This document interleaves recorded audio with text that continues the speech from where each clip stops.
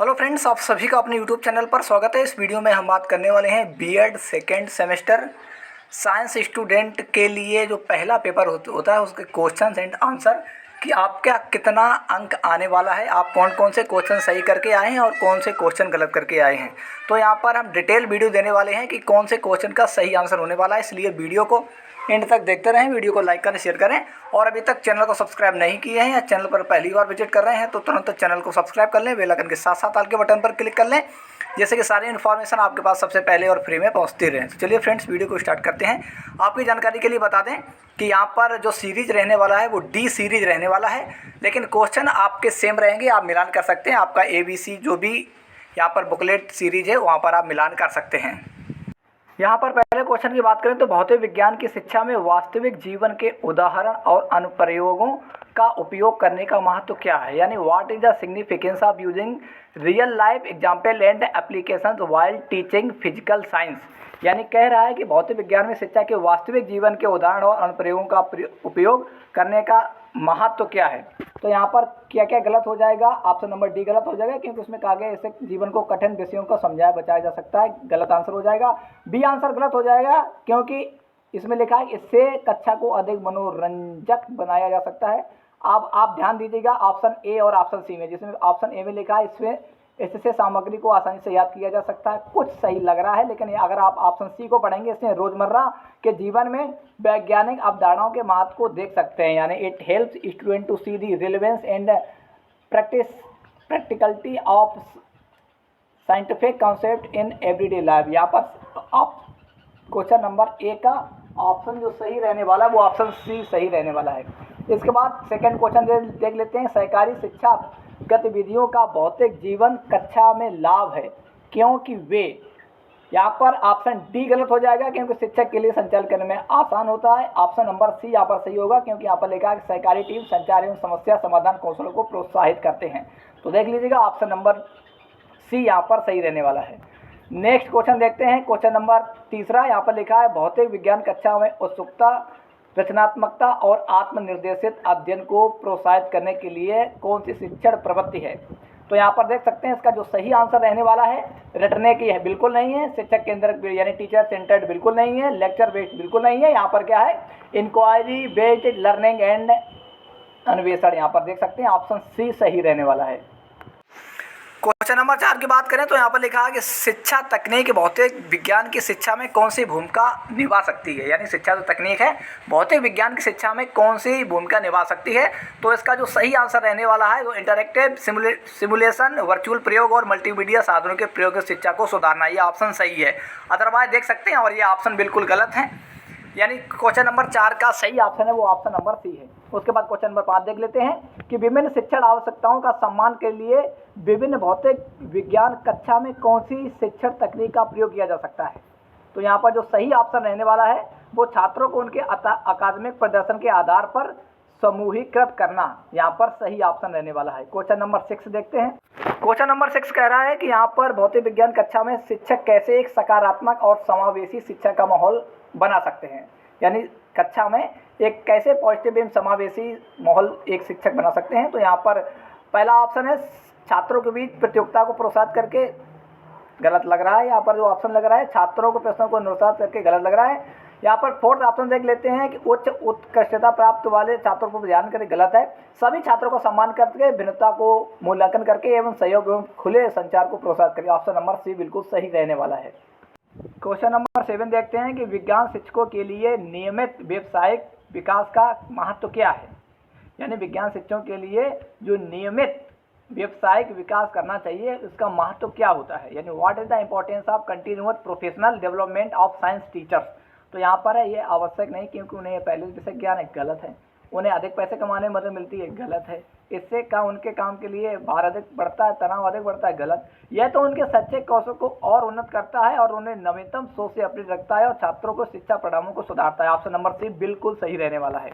यहाँ पर question number 8 देखते हैं, लेकिन उससे पहले बता दें कि ये पेपर जो भी स्टूडेंट दिए हैं वो तो यही कहते हैं कि अगर टेक्स्ट बुक से जिन्होंने पढ़ाई की है उनका तो ये पेपर अच्छा गया होगा, अदरवाइज आपने इजी नोट्स या फिर और कोई नोट्स की वगैरह से अगर पढ़ाई की है तो आप समझ सकते हैं वो किस प्रकार इसको कह रहे हैं कि ये नोट बिल्कुल बेकार है। विभिन्न प्रकार के नोट जो 40-40, 30-30 पेज या 60-70 पेजों में होते हैं, वो बिल्कुल नकार दिए गए। पेपर देख के स्टूडेंट सीधा कह रहा है कि जो 30-40, 50-60 रुपये में जो क्वेश्चन बैंक इत्यादि मार्केट में मिलते हैं वो बिल्कुल बेकार हैं। इस पेपर देख को स्टूडेंट का यही कहना है। आपका क्या कहना है, आप कमेंट्स बॉक्स में कमेंट करके बता सकते हैं। क्वेश्चन नंबर 8 देखते हैं कि भौतिक विज्ञान शिक्षण में ग्राफिक आयोजकों का उपयोग करने का महत्व क्या है। तो यहाँ पर शिक्षा को नीरस बनाने के लिए गलत है, छात्रों को जानकारी संगठित करने के रोकने के लिए गलत है, छात्रों को रचनात्मकताओं को सीमित करने के लिए गलत है, जटिल सूचना का दृश्य रूप में प्रतिनिधित्व करना और संगठित करना। यहाँ पर सी ऑप्शन सही रहने वाला है। क्वेश्चन नंबर 9 की बात करें तो भौतिक विज्ञान शिक्षा के संदर्भ में फॉर्मेटिव मूल्यांकन का क्या उद्देश्य है, यानी in the context of physical science education what is the purpose of formative assessment. यहाँ पर इसका जो सही ऑप्शन है वो ऑप्शन नंबर सी है, लगातार प्रतिक्रिया प्रदान करना और छात्रों की प्रगति का मॉनिटर करना ताकि उनके अधिगम को सुधारा जा सके। सी ऑप्शन बिल्कुल ठीक है। क्वेश्चन नंबर 10 की बात करें तो भौतिक विज्ञान के शिक्षक के रूप में आप अपने छात्रों की संवेदनशील सोच को कैसे प्रोत्साहित कर सकते हैं, यानी आप अगर भौतिक विज्ञान शिक्षक हैं तो अपने छात्रों की संवेदनशील सोच को कैसे आप प्रोत्साहित कर सकते हैं। तो इसका जो सही ऑप्शन है, ये खुले सवाल पूछकर उन्हें विश्लेषण, मूल्यांकन और तर्क करने की आवश्यकता होती है, उन्हें बढ़ावा देकर चर्चा करने के लिए। तो ऑप्शन नंबर डी है वो बिल्कुल ठीक रहने वाला है। क्वेश्चन नंबर 11 की बात करें तो भौतिक विज्ञान के शिक्षकों के लिए हाथों से सीखने के अनुभव के अवसर प्रस्तुत करने का क्या महत्व है। तो इसका जो ऑप्शन सी रहने वाला है, क्योंकि यहाँ पर लिखा है कि हाथों से सीखने के अनुभव छात्रों को वैज्ञानिक दृष्टिकोण की गहरी समझ विकसित करने में मदद करते हैं और ज्ञान को धारण में सुधार करते हैं, यानी 11वां क्वेश्चन का सी ऑप्शन बिल्कुल ठीक रहने वाला है। क्वेश्चन नंबर 12 की बात करें तो स्कूल में भौतिक विज्ञान की शिक्षा का प्राथमिक उद्देश्य क्या है। तो यहाँ पर ऑप्शन जो सही रहने वाला है वो ऑप्शन नंबर यहाँ पर बी रहने वाला है कि वैज्ञानिक सोच और तर्क विकसित करना। यहाँ पर ऑप्शन बी सही रहने वाला है। क्वेश्चन नंबर 13 की बात करें तो यहाँ पर लिखा है कि भौतिक विज्ञान में परिष्कृत सोच को बढ़ाने के लिए कौन सी विधि प्रभावी है। तो यहाँ पर रटकर सीखना गलत, व्याख्यान विधि गलत, पूछताछ पर आधारित अध्ययन यहाँ पर को सही लग रहा है, समूह चर्चाएं। तो यहाँ पर आप ये बताइएगा कि क्वेश्चन नंबर 13 का कौन सा ऑप्शन सही है, ऑप्शन सी सही है या ऑप्शन डी सही है। यहाँ पर लगता है कि यहाँ पर कुछ प्रॉब्लम हो रहा है कि यहाँ पर सही होना चाहिए परिष्कृत सोच के लिए ग्रुप डिस्कशन सही होना चाहिए या इंक्वायरी बेस। यहाँ पर इंक्वायरी बेस थोड़ा सही लग रहा है, लेकिन आप कमेंट्स बॉक्स में बताइएगा इसका सही ऑप्शन क्या है। उसके बाद क्वेश्चन नंबर 14 की बात करें तो भौतिक विज्ञान की शिक्षा में यहाँ पर आप ध्यान दीजिए, कुछ क्वेश्चन में हमें भी डाउट है। 100 क्वेश्चन लगभग कंप्लीट नहीं है। 1-2 क्वेश्चन अगर आपको यहाँ पर नहीं बताए जाते हैं तो कन्फर्म रहिएगा कि इस वीडियो के डिस्क्रिप्शन बॉक्स में जल्द से जल्द या जहाँ पर आप कमेंट करते हैं वहाँ पर इसका आंसर बहुत जल्द आपको मिलने वाला है। बहुत सारे क्वेश्चन यहाँ पर कंप्लीट है, 1-2 क्वेश्चन हो सकते हैं, यहाँ पर कुछ डाउट हो सकता है। यहाँ पर क्वेश्चन नंबर 14 की बात करें तो भौतिक विज्ञान की शिक्षा में हाथों से प्रैक्टिकल अनुभव क्यों महत्वपूर्ण है। इसका ऑप्शन सही है, क्योंकि यह अवधारणाओं की समझ और रख रखाव को बढ़ाता है। क्वेश्चन नंबर 15 की बात करें तो भौतिक विज्ञान में प्रैक्टिकल कौशल का मूल्यांकन करने के लिए कौन सी मूल्यांकन रणनीति उपयुक्त है। तो यहाँ पर जो प्रोजेक्ट बेस्ड असेसमेंट है वो ऑप्शन सही, यानी ऑप्शन सी सही रहने वाला है। क्वेश्चन नंबर 16 की बात करें तो वास्तविक जीवन के उदाहरण और परिस्थितियों के माध्यम से वैज्ञानिक अवधारणाओं का अध्ययन करने की प्रक्रिया को क्या कहते हैं। तो यहाँ पर पहला ऑप्शन गलत है, डी ऑप्शन गलत है। आप कमेंट्स बॉक्स में कमेंट करके बताइएगा कि ऑप्शन बी सही है कि नहीं है क्वेश्चन नंबर 16 का। उसके बाद 17वें क्वेश्चन की बात करें तो निर्माणात्मक दृष्टिकोण में शिक्षक की भूमिका प्राथमिक रूप से एक होती है। कमेंट्स बॉक्स में बताइएगा कि ऑब्जर्वर की होती है कि अनुशासक की होती है।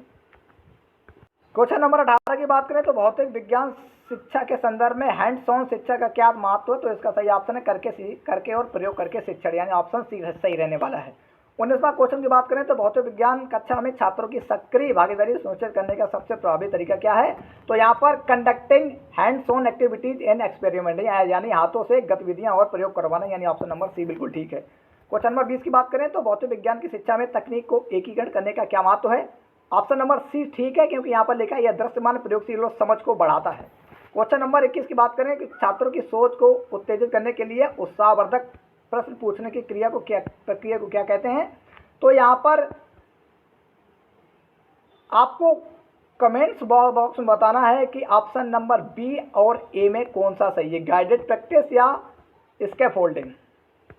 यहाँ पर क्वेश्चन नंबर 22 की बात करें तो पियाजे के संज्ञानात्मक विकास के सिद्धांत के अनुसार एक बच्चा किस चरण में विचार करना शुरुआत करता है और वस्तु और घटनाओं के बारे में तार्किक रूप से सोचता है।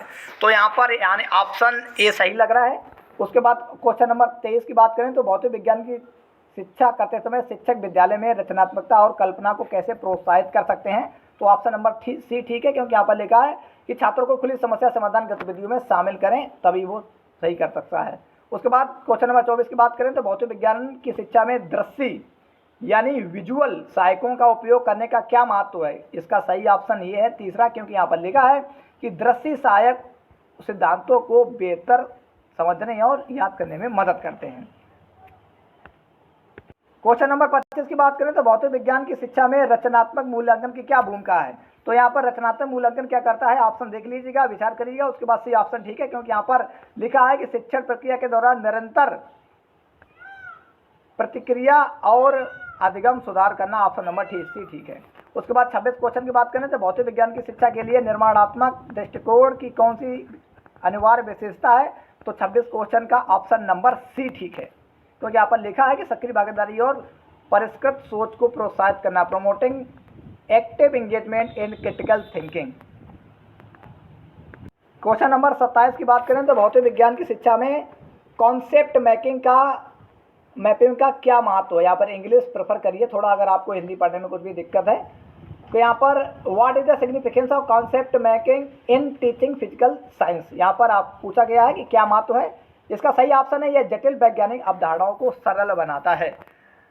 उसके बाद 28वां क्वेश्चन है भौतिक विज्ञान की शिक्षा में सहकारी अध्ययन की क्या भूमिका है। तो यहाँ पर ऑप्शन नंबर सी ठीक है, यह सहयोग संचार और समस्या समाधान को बढ़ाता है। 29वां क्वेश्चन की बात करें तो भौतिक विज्ञान की शिक्षा में पूछताछ पर आधारित अध्ययन को शिक्षक कैसे प्रोत्साहित कर सकते हैं। तो इसका ऑप्शन भी ठीक है, यहाँ पर कहा जा रहा है कि छात्रों को प्रश्न पूछने एवं स्वयं खोज करके प्रोत्साहित करके। उसके बाद क्वेश्चन नंबर 30 की बात करें तो संबोधन लिंग के घटक निम्नलिखित हैं। तो ये क्वेश्चन अब बहुत जल्द आपको वीडियो के कमेंट्स बॉक्स में या फिर डिस्क्रिप्शन बॉक्स में इसका आंसर दे दिया जाएगा। यहाँ पर 31 क्वेश्चन की बात करें तो ई संसाधन में शामिल है, तो ब्लॉग भी है www, उसके बाद इंटरनेट, ये सभी यानी ऑप्शन नंबर डी सही रहने वाला है। 32 क्वेश्चन की बात करें तो शिक्षण के चरणों का नाम है पूर्व शिक्षण, शिक्षण, पश्चात, तो ये सभी शिक्षण के चरणों के नाम है। 32 क्वेश्चन का डी ऑप्शन बिल्कुल ठीक है। 33 क्वेश्चन की बात करें तो भौतिक विज्ञान शिक्षक का सबसे महत्वपूर्ण कार्य क्या है, ऑब्जर्वेशन, गाइडेंस या एवोल्यूशन। तो टीचिंग सबसे महत्वपूर्ण कार्य यानी ऑप्शन नंबर ए बिल्कुल ठीक है। 34 क्वेश्चन की बात करें तो निम्नलिखित में से कौन सा शब्द वैज्ञानिक विधि का है, यानी what is the following term of scientific method. तो यहाँ पर कहा जा रहा है प्रामाणिकता, विश्वव्यापकता, तथ्य को वर्गीकरण और प्रभावकारिता। तो आपका ऑप्शन यहाँ पर ए ऑप्शन बिल्कुल ठीक है। क्वेश्चन नंबर 35 की अगर बात करें तो भौतिक विज्ञान शिक्षण की निम्नलिखित में से कौन सी विधि नहीं है। प्रोजेक्ट विधि है, एवोल्यूशन विधि है, लेक्चर मेथड है, प्रॉब्लम मेथड नहीं है। ऑप्शन नंबर बी बिल्कुल ठीक है। प्राकृतिक और भौतिक विज्ञान में पदार्थ और समय के माध्यम से गति का अध्ययन, साथ ही ऊर्जा, बल और संबंधित अवधारणाओं को शामिल किए जाते हैं, इसे क्या कहा जाता है। तो इसे फिजिक्स कहा जाता है। ऑप्शन नंबर ए बिल्कुल ठीक है। उसके बाद 37 क्वेश्चन की बात करें तो भौतिक विज्ञान की शिक्षा में लघु प्रयोगों को शामिल करने का क्या महत्व है। तो यहाँ पर ऑप्शन नंबर, यहाँ पर कौन कौन सही लग रहा है स्टूडेंट को, यहाँ पर लगता है कि सिंप्लीफाई दी कैरिकुलम यानी पाठ्यक्रम को सरल बनाता है और एनहेंस थ्योरेटिकल अंडरस्टैंडिंग यानी सैद्धांतिक समझ को वृद्धि करता है। तो ये ऑप्शन बिल्कुल ठीक है। उसके बाद क्वेश्चन नंबर 38 की बात करें तो किस शिक्षण दृष्टिकोण ने भौतिक विज्ञान शिक्षा में हाथों से सीखने के अनुभव को प्रोत्साहित किया है। तो यहाँ पर जो इंक्वायरी बेस्ड टीचिंग है उसने हाथों से सीखने को अनुभव को प्रोत्साहित किया है शिक्षण दृष्टिकोण में। 38 का बी ऑप्शन बिल्कुल ठीक है। क्वेश्चन नंबर 39 की अगर बात करें तो विशिष्ट अवलोकन और प्रयोगों से सामान्य सिद्धांतों का निष्कर्ष निकालने की क्रिया क्या कहलाता है। तो यहाँ पर ऑप्शन सही है। ऑप्शन यहाँ पर दो ऑप्शन सही लग रहे हैं, हाइपोथेसिस और एक्सपेरिमेंटिंग। तो यहाँ पर आपको बताना है कि एक्सपेरिमेंटिंग इसका ऑप्शन सही है कि नहीं है। क्वेश्चन नंबर 40 की बात करें तो भौतिक विज्ञान शिक्षण में मूल्यांकन की भूमिका क्या है। तो ऑप्शन नंबर ए बिल्कुल ठीक है, क्योंकि ये छात्रों की सामरिकता और कमजोरियों की पहचान करता है।